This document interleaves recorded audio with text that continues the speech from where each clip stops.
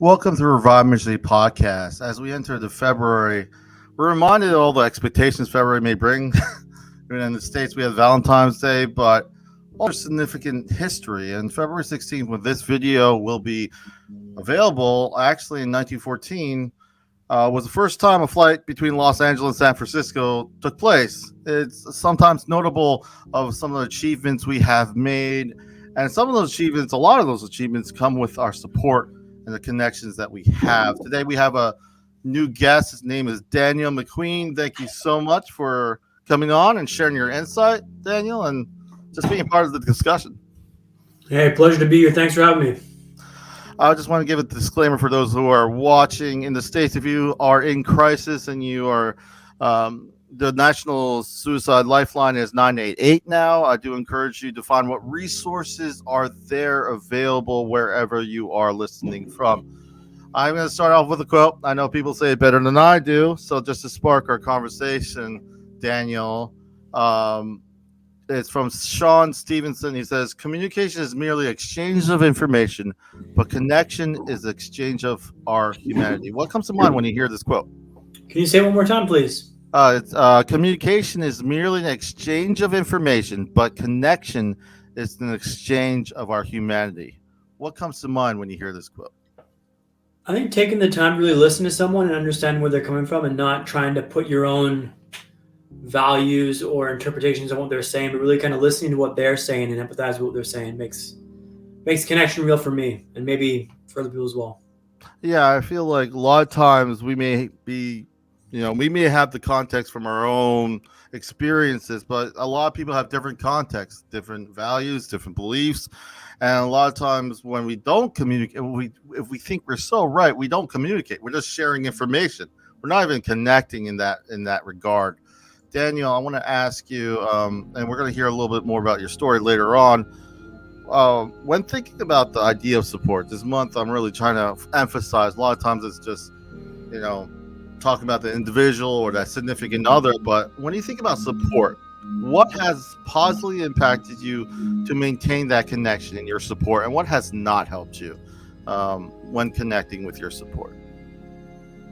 Try to avoid being prescriptive if you can. I think when people come in with ideas about how you should handle something, it's like, that turns me off initially. It's like, hey, you haven't really listened to what I'm saying. You're trying to pigeonhole me into like this sort of therapy or this sort of service, and you need to really hear someone out first before you offer any sort of advice. And never offer advice. I would always say, I did it this way and I found this help. That may work for you, that may not.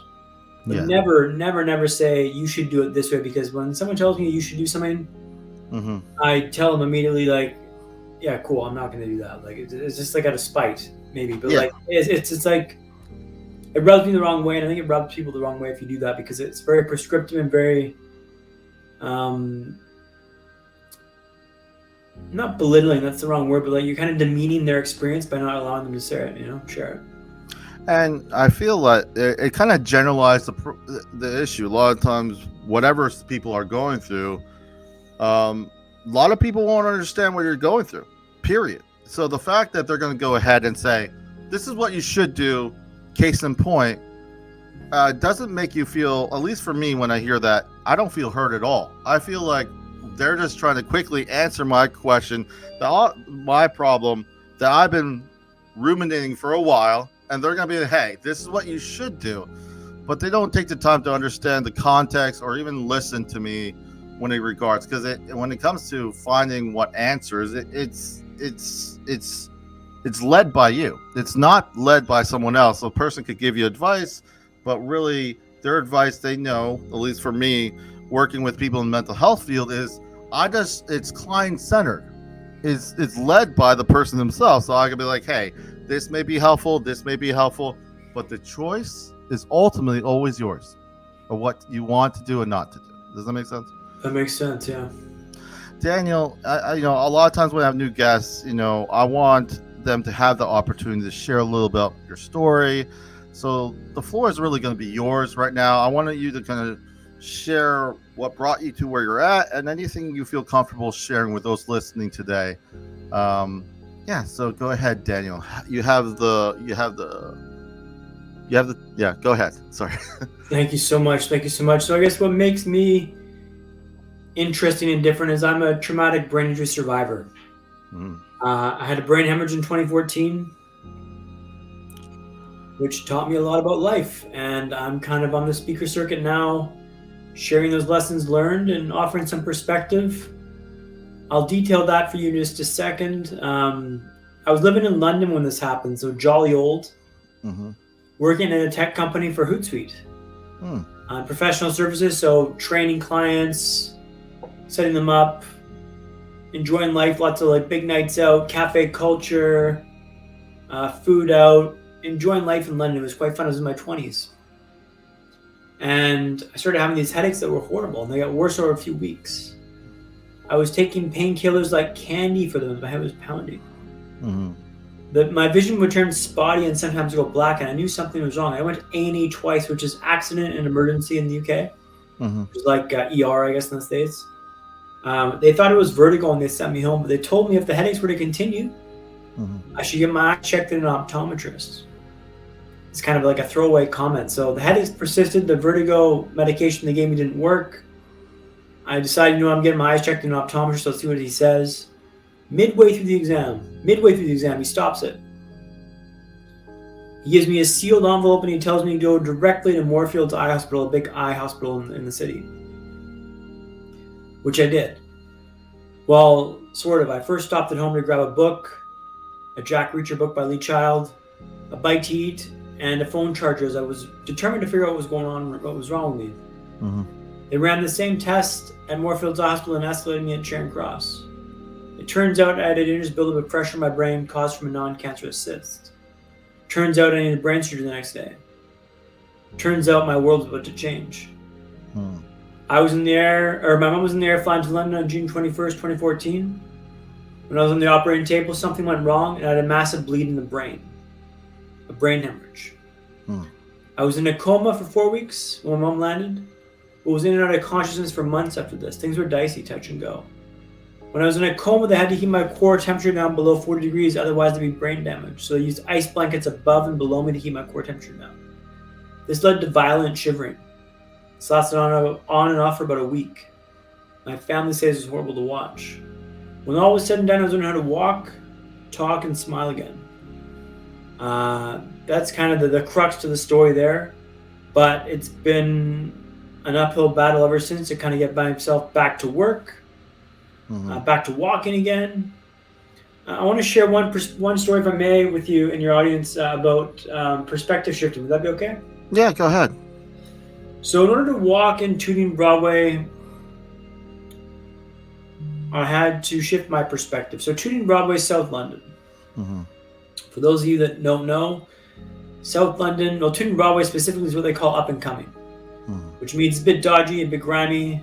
Think sirens, some drugs, some gangs. It's a bit hectic. I'm walking with a cane, I'm walking on an eye patch. I'm bambi on ice out here. I turn the corner onto Tooting Broadway, immediately get slammed into by someone. I stagger back a few feet. Someone scurries past me on the right-hand side.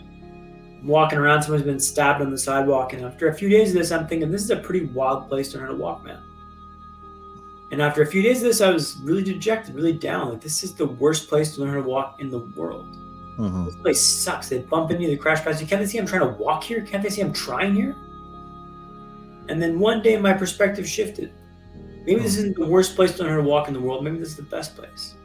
If I can walk here, I can walk anywhere. Now, that perspective shift probably happened overnight, to be honest, because I spent a lot of time on my backside on the bed thinking about what made this the worst, and I wrote down these things that made it the worst, and I think, well, could that actually be the best? If you were wanting to learn, wouldn't you want to learn the best, like this place to learn with like strife, adversity, so you could triumph over it? And when I reframed that in my mind, my world opened up, my world changed. When you change the way you look at the world you look at changes. I began looking forward to my walks. Bump into me, crash past me, good, bring it on. If I can walk here, I can walk anywhere. Now Tooting Broadway didn't change, right? But it went from the worst to the best in my mind, and my mood reflected that. As far as I'm aware, Tooting Broadway is still up and coming today. But I've got a soft spot for my heart going forwards. I I always kind of say, if you're the smartest person in the room, you need to go to another room. Yeah, in the sense that a lot of times we get a little bit comfortable. For me, um, it's easy to want to just be around people who think like you, talk like you, but it challenges you to be around people who don't talk like you, don't think like you. And you mentioned that story. Reframing the perspective shift. I, I'm very inspired. I really appreciate you telling us that story, because a lot of times people don't. You can look at the situation one way, and me working in the mental health field, I kind of hear the stories, and you see people with tragic stories that you're like, well, how can they make it? But they do. And then the people who may have access to a lot of support, and they just don't. So you kind of wonder about what you're kind of addressing, the whole perspective shift. We can convince ourselves to not do anything, or to do everything, or to do nothing. So I do appreciate that story. Anything you want to add to? Yeah, one more thing. It's like, so this quote by Epictetus that I use as a through line for my talk is, it's not what happens to you, but how you react to it that matters. Mm-hmm. It's not what happens to you, but how you react to it that matters. So it wasn't my fault that I had to learn to tune Broadway. It was my responsibility to learn to tune Broadway. Mm-hmm. It could have been the worst. I made it the best. What are you looking at in your life that you think is the worst that could potentially be the best? When you can reframe that, life gets light, man. You start having fun and enjoying life. I'll share a hack with you, if you don't mind, as well, that kind of goes to showcase the mindset I've brought to this. And that's what I call icebreakers. Mm-hmm. I've created these hacks to kind of help me navigate the world post-brain injury, because brain injury, you kind of have this thing called fatigue, brain fog. Like, you're learning to adapt to this world in quite a fast-changing environment in London. Mm-hmm. So icebreakers, you use this in the circuses, Piccadilly Circus, Oxford Circus, busy, pedestrian-rich environments. You want an icebreaker, someone who's walking your direction, and you slot in behind them just like a natural icebreaker in the actual ice in the Arctic. Mm-hmm. You follow in their wake. Let them deal with the oncoming traffic, and they kind of diminish that strife that you face when you're walking in these crowded spaces. Mm-hmm. This sounds like a very lighthearted and trivial hack, but when you're walking in these busy environments, these little breaks of mental fatigue and strain make a big difference to my recovery. So I'd always find icebreakers like a stroller, a couple, or like someone walking with a wide gait or pace, walk right up behind them, and they break the ice for you. And that's like a way that you can alleviate the strain that you're facing on a day-to-day basis. And that's one of my hacks. I also, for me, I've learned that, I don't know if this is relatable, but I do my best work when I slow down. A lot of times there's this urgency, and whenever I feel urgency in my mind, I'm asking myself why. I have that inner talk with myself, and a lot of times I don't. If I don't respect my time, Daniel, no one else will. No one else will. So I had to realize, especially when I'm getting stressed, and you see it. You see a lot that people talk themselves out, or they just say, well, I have to do this right now.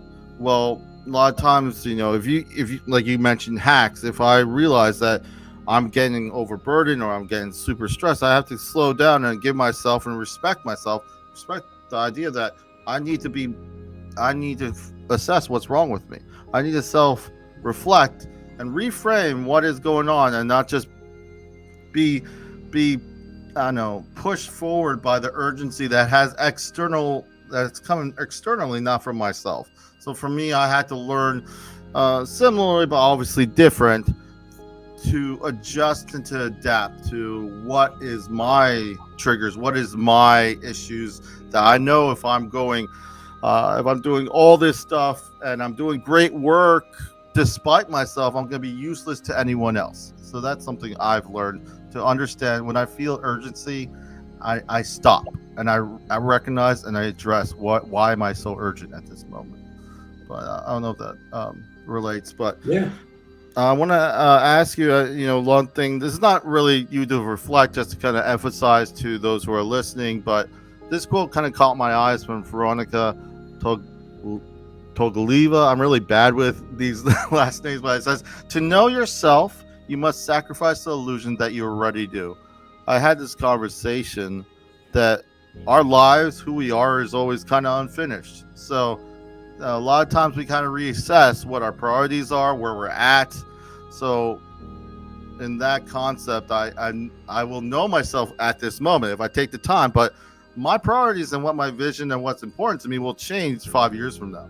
If I'm not constantly kind of readdressing and seeing where I'm at, just to say, oh, I'm always been that way is a lazy, at least for me, not a very generalized way of kind of approaching this matter at hand. What are your thoughts when it comes to self-reflection? What has helped you kind of center yourself? You mentioned some hacks. What has helped you when you're kind of overworked or kind of overwhelmed, I guess? Yeah, I think like really taking time to hold space and be comfortable in my own vibe. Like I'm really intentional with my mornings now. I'm very religious with my morning routine. I'll wake up, go to the gym, go for a shower, end the shower cold. Well, first of all, I'll make my bed to start the day. That's the first thing I do in the morning. Make the bed, go to the gym, shower, cold shower in, meditate. I'm very intentional with how I start my day, and that's when I've realized that I need that boot up sequence to get myself in gear. It helps me navigate the day and show up as my best self. I'm very intentional with that startup process. I'm pretty much spot on with it. To be honest, I woke up early this morning. I was on a podcast early this morning, so I missed my morning meditation. I'll have to do it after the podcast today, but it's usually it's quite the same boot up sequence, and I like that. It keeps me going in that space. But finding these hacks and stuff that works for you allows you to navigate the day in a way that's more thoughtful and helpful. Like meditation is quite big for me. I really enjoy that, and that helps me better understand myself and understand what I'm feeling and how I want to show up in the world. Meditation is something I really recommend you try out, and it's something that you can do quite easily, right? It seems quite intimidating to do meditation. But I started with 2 minutes in the morning for 1 week. Next week I did 4 minutes, then 6 minutes, then 8 minutes. Ramp it up gradually, slowly. Make these small wins that you can achieve and accomplish, and stack that momentum against them. And you start building a whole trail of evidence that says that you're the person that kind of meditates. Well, you know, you're gonna have for 3 weeks, and now you're on 6 minutes, and I meditate for 6 minutes in the morning now. Then it's 8 minutes, then it's 10 minutes. The time is all relative to how much time you can actually spare to this, right? It's not always easy to find time when you've got kids and a family. I realize that, but find space that you can make it and really carve it out. Be intentional with that space, because that's your time to get yourself your ducks in a row. But I find that by allowing myself to hold space for this, it allows me to show up better for myself and everyone else. Yeah, and I feel like even when I'm at work and I'm bogged down, and even 5 minutes, 10 minutes, I'm like in my office, I'm like, okay, I'm just gonna set aside, let me just regroup. Those 10 minutes, it's a lot of times for me what I realize is not about the quantity, it's the quality. You know, you repeat these. I meditate. I've learned to slow myself down, and you know, you can imagine the need out there when it comes to mental health, when people are struggling, and it's very humbling how little I can do, Daniel, how little I can really do. But at the same time, it's also freeing if you look at it a different way. For me, I'm just there trying the best to. It's not about me being the hero. It's about me trying to find them the best care they can get, trying to help them the best way I can. And if I can't, it does. As long as it's led and that they find it, I could just be the person who takes them to the hospital, and that's fine with me. I could be the person who shares one insight that they actually take and like. And it's not about me. It's about, because I know that my worst day, it doesn't compare to what they're dealing with every single day. So for me, I'm able to put myself 5-10 minutes aside, and just because if I'm not taking care of myself, I can't take care of with anyone else. So I think the humility, at first it was overwhelming, but for me, it actually energized me because I know where my limits are. Because when I know my limits are, I'm not bogged down by all this fluff. I'm just like, okay, I know I'm just one person, but maybe I could do one thing for someone and at least point them in the right direction. So I feel with that, that has helped me in the reframing, especially we're just one person. I could help as much as the one person can, but it does. I think it has helped me in my journey at least.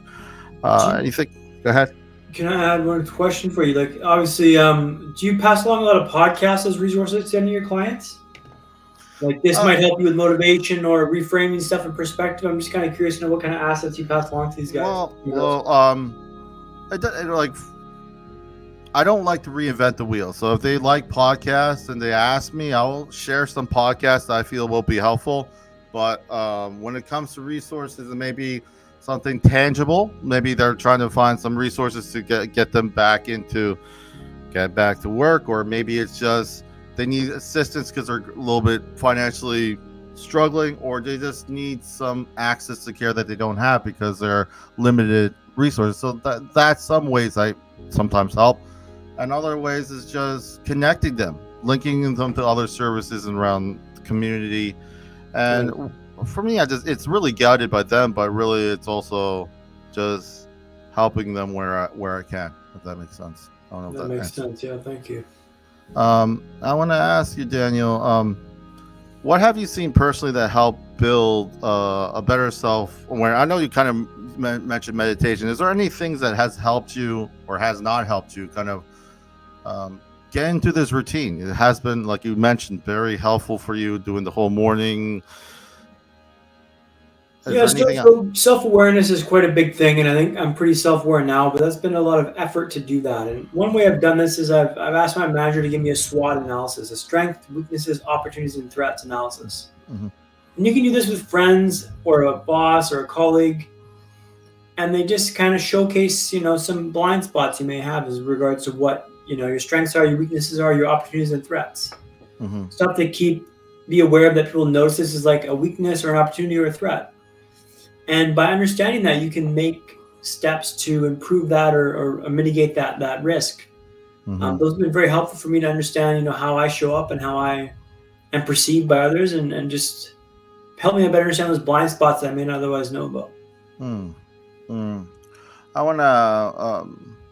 A lot of times with meditation, it can also lead to reframing takes work. Reframing perspective, having a more positive outlook on a very unpositive circumstance that one may be in. Obviously, I just want to hear from you. What has helped you to build on those positive thinking, those positive meditation? Is there anything else, or is there anything that you would, I don't know, like to add in regards to what has helped you reframe such a devastating, you had the hemorrhage in 2014, you had to learn to walk, talk, and even smile. These things may be foreign for someone, but at the same time, someone may be struggling in a different way. What would you tell them right now if they're listening right now? What would you tell them? They say reframing. They may never heard that. What would you say to them? Yeah, so I think this is maybe I don't know. I've been pretty addicted to motivational stuff and Mm. and videos like that. Life happens for you, not to you. Mm-hmm. Understanding it's not fair this happened to you. It could be anything. It could be drug addiction, a death, a job loss, a brain hemorrhage, whatever have you. It's not fair that it happened to you, no. Mm-hmm. But you got to ask yourself the question, and what do you expect to have happen now? Mm-hmm. And what? When you ask that question, you realize you can spend your whole time sputtering out about it's not fair that it happened to you. You're right, it's not fair. And what? Mm-hmm. By the time you're done complaining about what happened, you're still at square one where you could be taking active steps to progress yourself. I lost my job this summer. I was part of a corporate restructuring of my company, Hootsuite. One of 400 people that lost their job in an afternoon on the wrong side of a spreadsheet. I gave myself an afternoon. This is after much practice of the brain hemorrhage and a setback to deal with acceptance, right? This isn't out of the gate, you're going to do this, but I gave myself an afternoon to accept this. And I decided then and there I'm going to be a motivational speaker tomorrow. So I went to the store, pick up a new computer, and moved on with this. But by wishing something didn't happen, you're not actively resolving it in any capacity. You're just delaying the time it will take you to fix the problem in the future. Mm-hmm. Don't give yourself, that's not fair to say because don't be prescriptive here, right? But I found for me that by wishing something didn't happen, you're not actively taking steps to resolve it. By wishing something didn't happen, you're not making any progress here in any capacity. I think that understanding what the issues are and taking steps to mitigate them and resolve them is the best thing you can possibly do. But it takes different time for different people. Like sometimes it takes a month, a year, a day, an afternoon. The fastest you can get to acceptance, the fastest you can get to moving on with your life and improving your lot. Yeah, I think when it comes to acceptance and when it comes to just give yourself, like, if it's a 10-year problem in your life, you're not going to solve it in 1 month. These things take time. And like for me, what has helped me is understand every aspect of my life will be unfinished, but at the same time I'm on this journey towards something. Yeah, it's okay to be upset. It's okay that this is unfair. You could be anger is not a bad thing. It means that something needs to change. And like you said, you see this a lot of times. We ruminate, not just saying outward. I can ruminate on what was unfair that has happened to me, but at the same time, not minimizing people's feelings or what they're going through. But there comes to a point where there's action. The action or inaction is a choice, whether you're going to do something or not. And for me, I can't tell you what that is. None of us. It's just you taking the time to find out what's important to you and what direction you want to go when it comes to this. And I feel when it comes to this question, it's very personal. It's very, very. It's not about me telling or anyone telling you, but when it comes to our circumstances, the things we can't control, we can't. There's nothing. All we can do is what can we do next. And I guess in a way, the reframing, the perspective, valuing your time, those self-talks has helped me at least. And I think this conversation of connecting with our support, as this month I'm addressing, is very important, because we could be around 100 people and still feel alone. We could be around a lot of people in our lives. We could do a lot of things outwardly, but spend the time, I would say, as I kind of digress, spend the time and know who you are. Don't have this illusion of, oh, that's who I was. Know who you are. Spend the time right now is my advice, at the very least, as a general sense. Okay. So I want to ask you, as we kind of wrap up, I really appreciate you coming on, sharing your story. I want to give you an opportunity to share some final thoughts you would share to those listening when it comes to connecting with our support, and anything else that you've been doing, anything you want to share with those listening. Everything will be put in the notes if you want to share anything that you're up to or anything like that. Yeah, so thank you so much for having me on. It's been a pleasure. I guess be open to ask for help when you need help, and just say, hey, this has been overwhelming for me right now. I'd appreciate a little bit of help.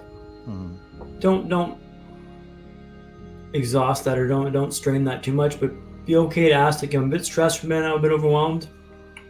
It's okay to say that. It's okay to ask for help. I think life mantra that I'm kind of giving myself, and something I wish I told myself when I was younger, was ask for forgiveness, not for permission. Unless it's for someone's attention, then always ask for permission. So I'm asking you to help me with something or get your eyes on something, always ask for permission to offer that up. But it's better to ask for forgiveness than for permission. Don't always ask for what you need to do. Just do it and ask for forgiveness afterwards. Now, that's got a lot of caveats. It's got a lot of asterisks there beside it, but I found that works for me. In terms of what I'm up to, I'm speaking now. I'm a speaker. I'm actually off to a school next week and some online speaking presentations in the weeks afterwards. You can find what I'm up to speaking at MacQueenDan.com, MacQueen Dan.com. The website should be up and running the next week or two, and we'll go from there. All right. Thank you so much, Daniel. For me, it's just continuing the conversation. A lot of these topics can be, there's a lot of sensitive, can be sensitive, can be hard for people to talk about or even address, but I think what's important is that we continue the conversation. I appreciate you being part of that, Daniel. Thank you so much for being here. And I also want to say that you can catch us on Revive Ministries, reviveministriesfl.com. Everything that Daniel mentioned, his website will be in the notes, so you can check it out later. I just want to leave you with this last quote as we wrap up, as we're into February, and it's from Lao Tzu. It says, a man with outward courage dares to die. A man with inner courage dares to live.